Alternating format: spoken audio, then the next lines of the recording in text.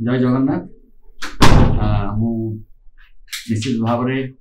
मोर नेता एवं विजु जनता दल सभापति ओडिशार लोकप्रिय माननीय मुख्यमंत्री श्री नवीन पट्टनायक को हार्दिक कृतज्ञता मो तरफ दल तरफ जलेश्वर निर्वाचन मंडल दल तरफ हार्दिक कृतज्ञता ज्ञापन करी जे मते पुणी थे लड़ाई विधानसभा क्षेत्र में मते मनोनीत कर दल मते ए दिगरे मंत्री मनोनीत करने मोर कार्यक्रम मु निश्चित भाव में आरंभ करी मो दलर जो माने साथी शुभेच्छु समस्त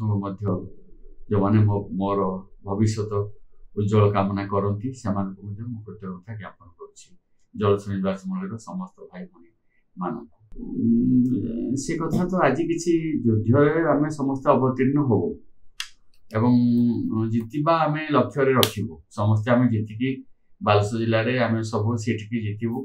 यहाँ आम समस्त लक्ष्य रमुख्य तेणु जनसाधारण आशीर्वाद पर निर्भर करे बालेश्वर 7 विधानसभा लोकसभा बीजेडी को आशा रखुचे सब गुड़ाक सीट आम जीत।